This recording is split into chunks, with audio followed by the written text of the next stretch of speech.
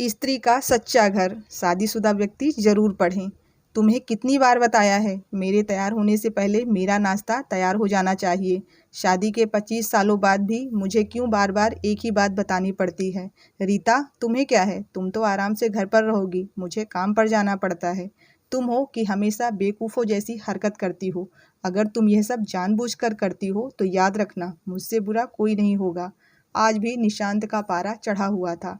इन कटु शब्दों में अपना गुस्सा उतारते हुए, गीला तौलिया कुर्सी पर फेंकते हुए निशांत गुस्से से रीता की तरफ देखने लगा। रीता के लिए निशांत का यह बेवजह का गुस्सा कोई नई बात नहीं थी। वो महीने में 3-4 बार ऐसे ही रीता पर बरस पड़ता था। पहले पहले रीता उसका विरोध करती थी, लेकिन जब कई सालों तक निशांत में कोई बदलाव नहीं दिखा तो रीता ने खुद को ही बदल लिया। अब निशांत के कुछ भी कहने से रीता को कोई फर्क नहीं पड़ता था। निशांत की हर बात वो चुपचाप सिर नीचे झुकाए सुन लेती थी।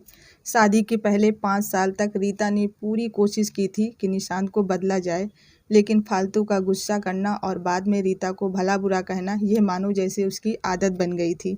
कोई भी वाद विवाद होता तो निशांत सीधे रीता को बोल देता, अगर मैं तुम्हें अच्छा नहीं लगता तो क्यों नहीं चली जाती अपने मायके, क्यों रहती हूँ मेरे साथ। इतना सब कुछ होने के बावजूद रीता निशांत के साथ रहती थी, क्योंकि उसे अपनी बेटी की फिक्र थी। और वह जाती भी तो कहाँ, अपने बूढ़े हो चुके माँ बाप को इस उम्र में परेशान करना वो नहीं चाहती थी। समाज और लोग क्या कहेंगे, यह भी तो उसे देखना था। वो इतनी पढ़ी लिखी भी तो नहीं थी कि खुद जाकर कोई नौकरी कर सके और अपना और अपनी बेटी का पालन पोषण कर सके। रीता को अब अपनी फिक्र नहीं थी, उसको फिक्र थी तो बस अपनी शादी लायक हो रही बेटी की। रीता नहीं चाहती थी कि पति पत्नी के झगड़े की वजह से काव्या डिस्टर्ब हो। काव्या की पढ़ाई पूरी हो चुकी थी, उसके लिए अब शादी के रिश्ते आने लगे थे। कई रिश्तों को काव्या ठुकरा चुकी थी। 2-3 महीने बाद एक अच्छा रिश्ता आया। रिश्तेदारों और पहचान के लोगों ने भी लड़के के बहुत गुणगान किए थे। निशांत एक शाम अपनी बेटी के पास बैठकर उसे बताने लगा, काव्या, बहुत अच्छा लड़का है, पढ़ा लिखा है, बड़ा घर है, बहुत अच्छी नौकरी है। ऐसे रिश्ते बार बार नहीं आते बेटा, इस बार मना मत करना। काव्या अपने पिता से ज़्यादा बात नहीं करती थी, शायद डरती थी या शायद नफरत करती थी, लेकिन आज वो अपनी पूरी हिम्मत इकट्ठा करके बोली, मुझे अभी शादी नहीं करनी है पापा, मैं नौकरी करना चाहती हूँ, खुद अपने पैरों पर खड़ा होना चाहती हूँ। हाँ तो उसमें क्या बड़ी बात है, मैंने लड़के से बात की है, वह तुम्हें किसी बात के लिए नहीं रोकेगा, तुम शादी के बाद भी नौकरी कर सकती हो, वह तुम्हें नौकरी के लिए परमिशन दे देगा। निशांत बोला, मेरा नौकरी करना या ना करना उसकी परमिशन पर क्यों डिपेंड रहेगा पापा, काव्या ने पूछा। मैं कह रहा हूँ ना, तुम्हें किसी भी चीज़ की कमी नहीं होगी वहाँ, ऐसे रिश्ते बार बार नहीं आते, इसे ठुकरा मत, बहुत खुश रहेगी तू वहाँ पर। निशांत बोला, पापा क्या मैं उतनी ही खुश रहूँगी जितनी मम्मी इस घर में खुश हैं, काव्या ने तंज कसते हुए कहा। आज तुम्हारी जबान कुछ ज़्यादा नहीं चल रही, निशांत गुस्से से आंखें बड़ी करते हुए बोला। पापा मुझे शादी ही नहीं करनी है, क्योंकि शादी के बाद अगर वह लड़का आपके जैसा निकला तो मैं क्या करूँगी। मुझे आपके जैसा जीवन साथी नहीं चाहिए जो बिना बात के मुझ पर हमेशा चिल्लाए। मुझे कुछ भी अपनी पसंद का लेना हो तो 10 बार सोचना पड़े, कहीं वो नाराज़ ना हो जाए।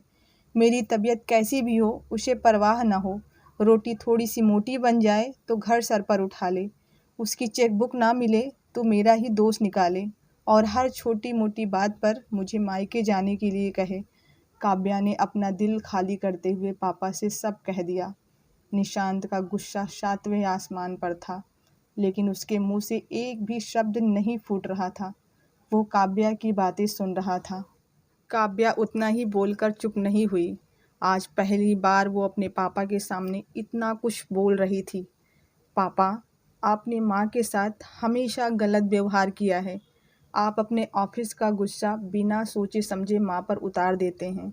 कभी इस बात की परवाह भी नहीं करते कि उन्हें कैसा लगता होगा। आपकी बातें सुन सुन माँ ने अपना स्वाभिमान खो दिया। निशांत आज पहली बार अपने किए बर्तावों को महसूस कर पा रहा था। वो इतना ही बोल पाया, जो तुम्हारा मन है वो करो, मैं तो इतना बुरा हूँ ना। काव्या ने निशांत का हाथ पकड़ा और बोली, पापा मुझे सिर्फ एक सवाल का जवाब दे दो, क्या आप चाहेंगे कि मेरा पति आपके जैसा हो? अगर आपका जवाब हाँ है तो कर दीजिए मेरा रिश्ता आज ही, और ना है तो मुझे आत्मनिर्भर बनने दीजिए। निशांत कुछ भी ना बोल पाया और वहाँ से चुपचाप बाहर चला गया। आज उसे रीता के सामने जाने में शर्म आ रही थी। चलते चलते उसकी आंखों से आंसू बह रहे थे। निशांत ने आज से अपने आप को बदलने का निश्चय किया। अगले दिन से रीता ने अपने पति में काफ़ी बदलाव देखा। वो सोचने लगी कि जो हिम्मत काव्या ने दिखाई है, वो हिम्मत अगर मैं पहले ही दिखा देती तो शायद आज परिस्थिति कुछ और होती। अब काव्या पढ़ लिख कर अच्छी नौकरी करने लगी थी और 3 साल के बाद उसके लिए एक अच्छा रिश्ता आया और उसकी विदाई पर निशांत बोला, बेटा तू हमेशा खुश रहेगी क्योंकि तेरा पति तेरे बाप जैसा नहीं है। निशांत की यह बात सुनकर रीता और काव्या की आंखों से आंसू बहने लगे। दोस्तों, हमारे समाज में औरतों को भले ही देवी का दर्जा दिया जाता है, लेकिन वो स्वतंत्रता नहीं दी जाती जो उन्हें देनी चाहिए। उन्हें बचपन से ही बताया जाता है कि वह पराया धन है। स्कूल से आने में देर हो जाए तो पिटाई मिलती है। मोबाइल पर बात करते हुए दिख जाएं या खिड़की से झांकते हुए दिख जाएं तो शक किया जाता है। माँ बाप का घर तुम्हारा नहीं है, पति का घर ही तुम्हारा घर है। जीवन भर ये बातें बता बता कर उन्हें ससुराल भेज दिया जाता है और एक दिन किसी छोटे मोटे झगड़े में ससुराल वालों से उन्हें सुनना पड़ता है कि इस घर को छोड़ दो और मायके चली जाओ। अब आप ही बताओ दोस्तों, ऐसी स्त्रियों का सच्चा घर कौन सा? आखिरकार वो किस घर को अपना कहें? कहानी पसंद आई हो तो प्लीज़ वीडियो को लाइक और चैनल को सब्सक्राइब करना ना भूलें। मिलते हैं अगली कहानी के साथ, तब तक के लिए धन्यवाद।